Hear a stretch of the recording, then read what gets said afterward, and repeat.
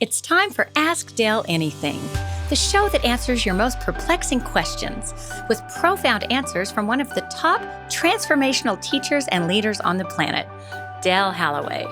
I'm your host, Mickey Manning, Dale's left-hand person, as I like to call it, and I've never heard a question that he can't answer. He's been doing this for over 40 years now, and he truly has an answer that's profound and helpful on any topic. So with that, let's get into today's question. This came in from Isabel while we were talking on this subject, and that was around the control issue that you mentioned. So she says, I'm wondering what the signs and signals are that we have a control issue. I know I have a slight one, but I've been doing really good in letting go and relaxing and trusting into life more. How do we recognize and release a control issue while also taking control of our lives? Yeah, so control is a real tightening up energy. So when I have a control issue, I'm doing a number of different things. Possibly trying to control my thoughts. I'm trying to control my behavior. I'm trying to control my feelings. I'm trying to control others around me. I'm trying to control my environment. I'm trying to control my plans. And it just goes on and on and on.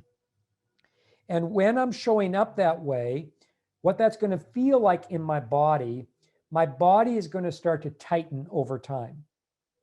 And where, all of a sudden I'm going to end up maybe with real tight shoulders, or I'm going to end up maybe with reoccurring headaches, or I'm going to end up with some kind of a sleep disorder, or I'm going to end up with, I've got somebody right now that I'm working with that their calf muscles in their legs are starting to just intensely tighten up to the point where it's getting really excruciating for this person.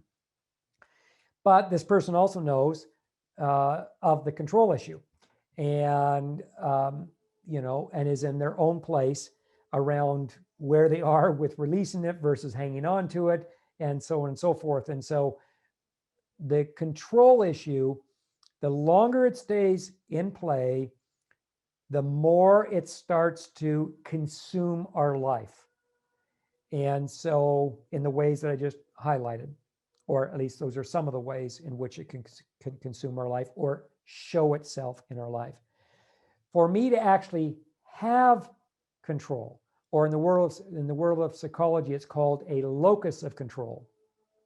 In order for me to have a healthy locus of control, that would mean I would be able to show up in a situation, I'd be able to show up in an environment, and something unexpected would show up in that environment, something that I wasn't planning on. So therefore, I wasn't able to kind of control how I'm going to show up. If in fact I have a healthy sense of control, then what will happen when that unexpected event occurs, instead of me tightening up and trying to either control that other person or that other thing in my environment that's just showing up unexpectedly, or trying to control my behavior, what happens is I just find myself being able to control my emotions, having control over my emotions.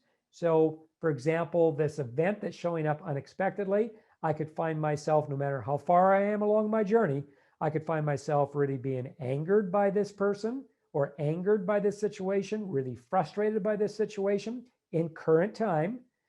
But the difference is, if I'm controlling, I'm going to try to control that person and the environment in which we are in together as a way to keep me safe from having to feel my own frustration, my own anger that clearly I have in current time around whoever this person is, or whoever these people are, or whatever this situation is, you see, versus this unexpected thing happens.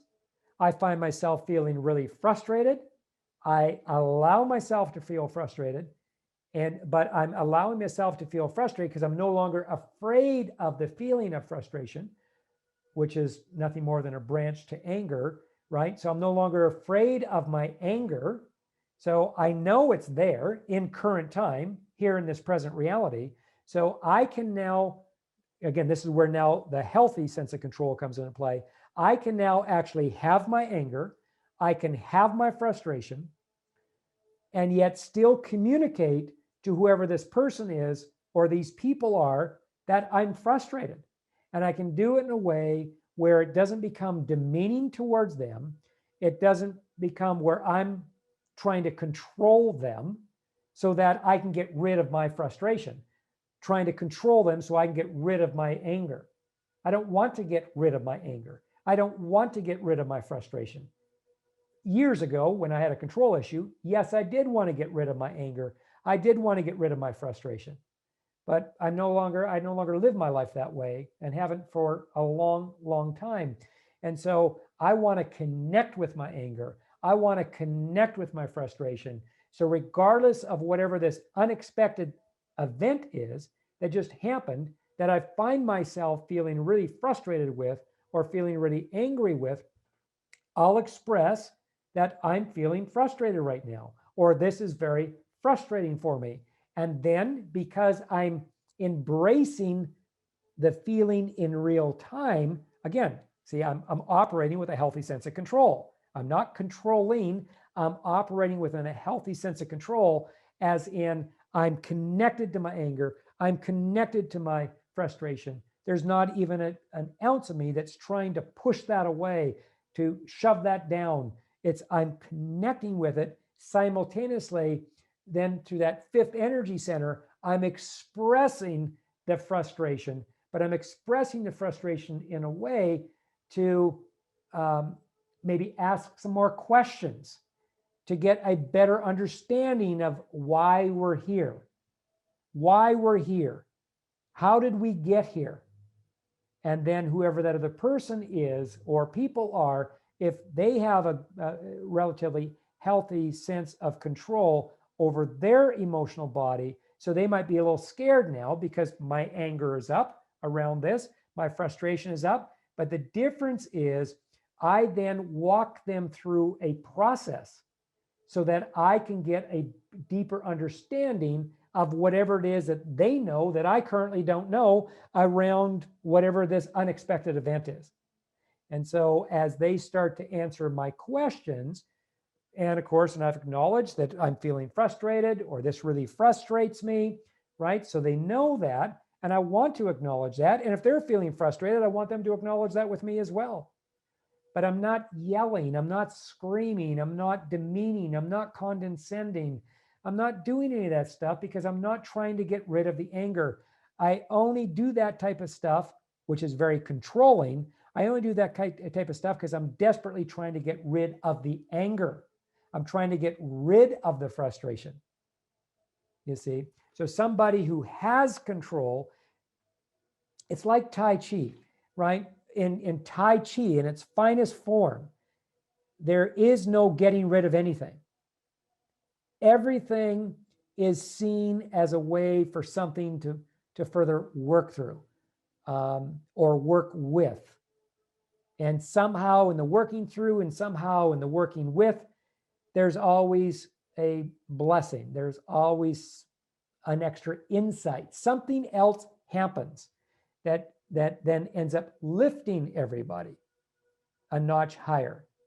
But that would be somebody that has control.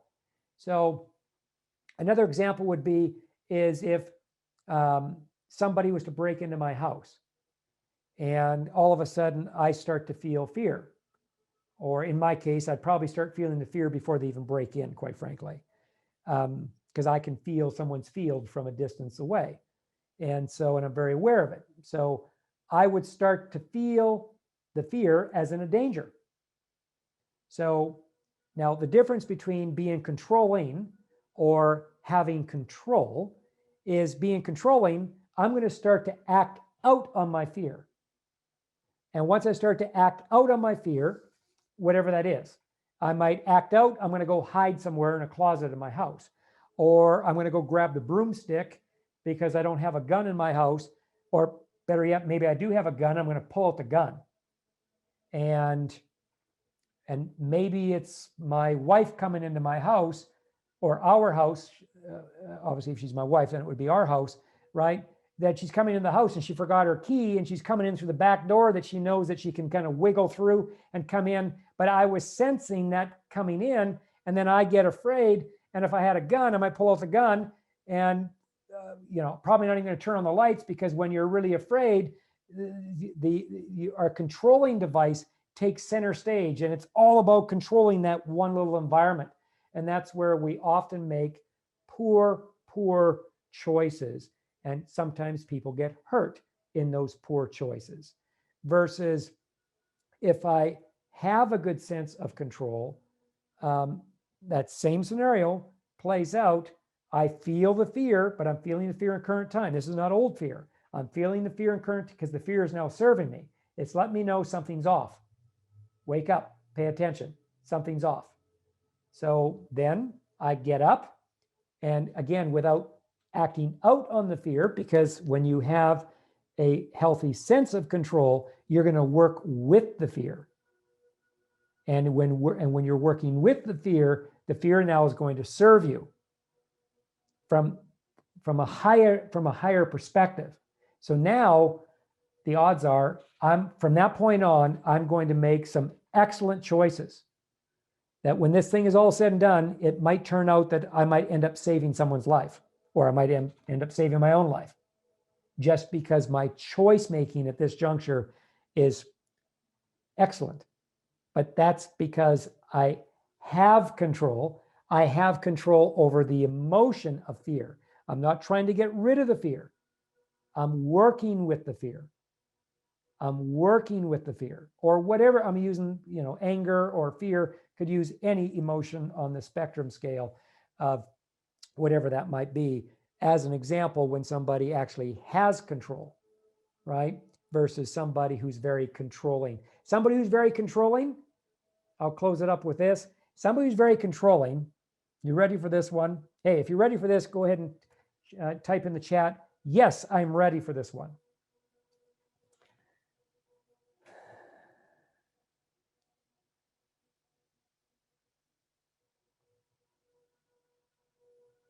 Very good, everybody.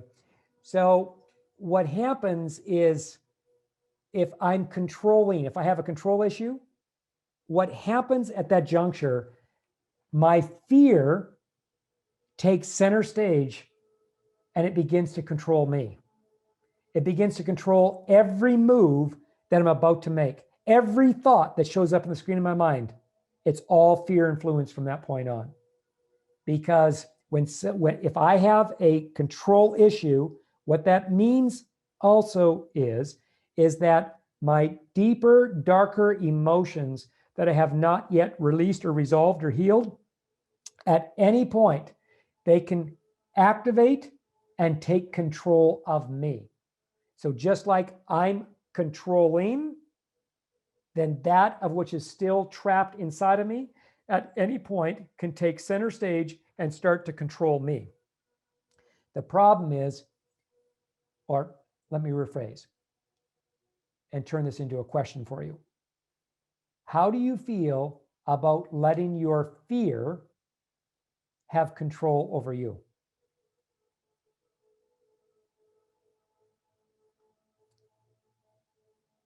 Don't feel very good about it. Because fear in itself does not know what to do. It's like your shadow side. It's like your wounded inner child that you have not yet healed. At any point, if this activates within us and we have that controlling issue, then even though when we're so-called conscious and we're controlling our thoughts and controlling this and controlling that and so on and so forth, what happens at some point, we will go direct on with literally being on the receiving end of our own controlling issue by having our shadow side, our wounded inner child that we have not yet healed, and or just simply the emotion of fear or anger, where all of a sudden it will come to the surface and it will begin to control us. It will take center stage and it becomes very controlling of us. The challenge with that is the shadow does not see past itself. The inner child also does not see past itself. It's so self-centered. Fear in its pure form also cannot see past itself. So if fear is now controlling me, if my anger is now controlling me, if my wounded inner child is now controlling me, if my unhealed shadow side is now controlling me, all bets are now off in light of what happens next.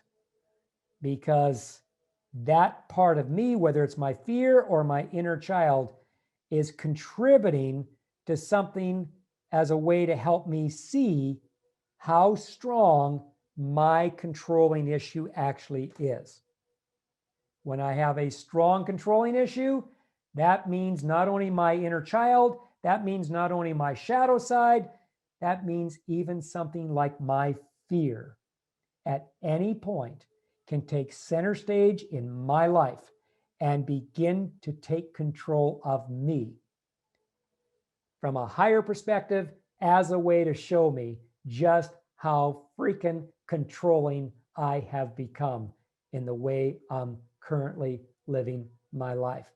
I'm now having a direct on experience with a part of me that's absolutely terrified, that's now got complete control over me. And that part that's got complete control over me, it can't see past itself. And that's why I say, when this is how we've been living and that sort of thing happens, somebody was to break into my house, say, for example, and I've been living this way that I just articulated over these last couple of minutes, then from that point on, my choices are not going to be extraordinary. My choices are not going to be exceptional. My choices are clearly not going to be wise. My choices are going to be unwise. In other words, my choices are going to lack wisdom. And my choices might be downright foolish. And maybe even a little bit on the poisonous side, meaning my choices might become at such a low level, poor choice making, that all of a sudden I could find myself into some just major pain, either with the person that broke into my house, or maybe it's with myself. Maybe it's my own fear that all of a sudden just jarred and said, that's it. I'm now taking control of you, buddy, because you're one of the most controlling people. And we've been trying to get through to you for the last 4.5 years. You're making such good time. You think you know everything. And clearly you know very little of anything, but you don't know that yet. So now we're going to give you an experience, because now the fear that's residing inside of you, it's going to activate, it's going to take center stage. And just as you've been controlling of your own environment, you're now going to get a direct experience to be on the receiving end of that level of control by literally having the part of you that literally sits and lives in this pocket of fear. And now that part of you that's become so afraid is going to get full control over you, full control of all the choices you're now about to make over those next 4, 5, 6, 7 minutes when that person breaks into your house, so to speak. And that's where it's either poor choice making, or it's real healthy choice making. And now you know the difference. And now you know what causes the poor choice making, what causes the higher choice making, or the wiser choice making. All comes back to this idea of either the control issue that we have not yet cleared, or we have cleared out the control issue, which then just naturally over time, it empowers a sense of healthy control over the different parts of us in a way that becomes really conscious or responsible, and most certainly very productive and empowering. That answers so much, Dale. Yeah. Did you see these comments? Everybody's like, Yes, yes. I just noticed. Okay. Amazing. Yeah, you got a lot of reading to do here, but there's some good stuff. I love it when we all have a light bulb moment because of your epiphanies you give us. Well, it's, and this is what the world is, like you all know, I'm really big on wisdom. And so, meaning it's such a significant part of our lives. If we're going to have a richer life, a better life, a deeper life, a more authentic life, we all have that genuine need for that wisdom. But in our world up until now, I mean, there's been a serious lack of good wisdom in our world. And ultimately, we all ought to have access to the wisdom within inside of us, but not everybody's connected to the wisdom within inside of themselves, or not everybody can trust enough in that of the wisdom that also resides inside of themselves. And so this is going to be something that we're going to see in the coming new year, where, we're going to see the importance, we're going to see the significance of more people coming to this place of where they're going to make the connection. You know what? I don't want any more information. What I'm really looking for is I'm looking for wisdom. I'm looking for wisdom. I'm looking for higher teachings. This knowledge stuff, this information stuff, it's like anybody can get information, especially in today's age with the internet. Anybody can get all the information they want.